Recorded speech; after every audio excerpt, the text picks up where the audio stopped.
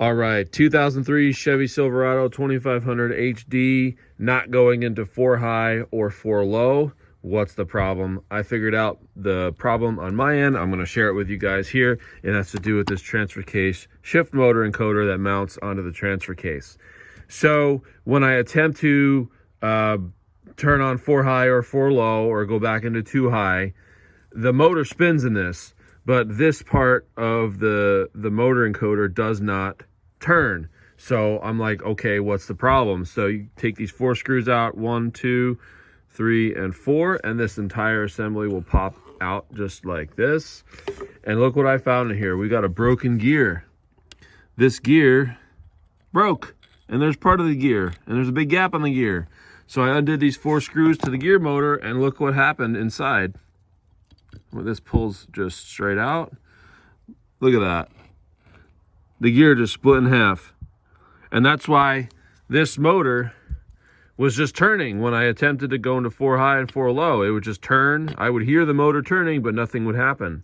So what I'm going to do is just going to replace the entire thing and then put it back in the truck, and that should solve the problem. I have no clue how or why that gear split. I have no idea.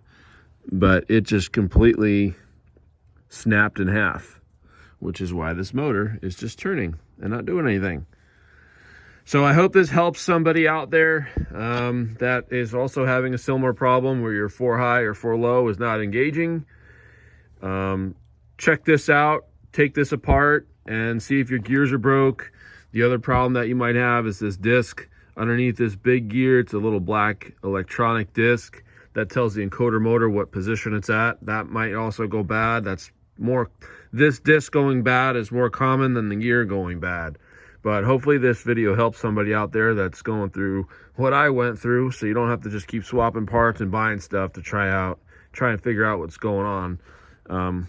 Look for where your problem is first before you go swapping parts. So leave a comment, subscribe to the channel, check out my other videos, and I hope this did some good for somebody out there, because it's sure pointed me in the right direction as to where I need to fix, what I need to fix next. All right, till next time, later.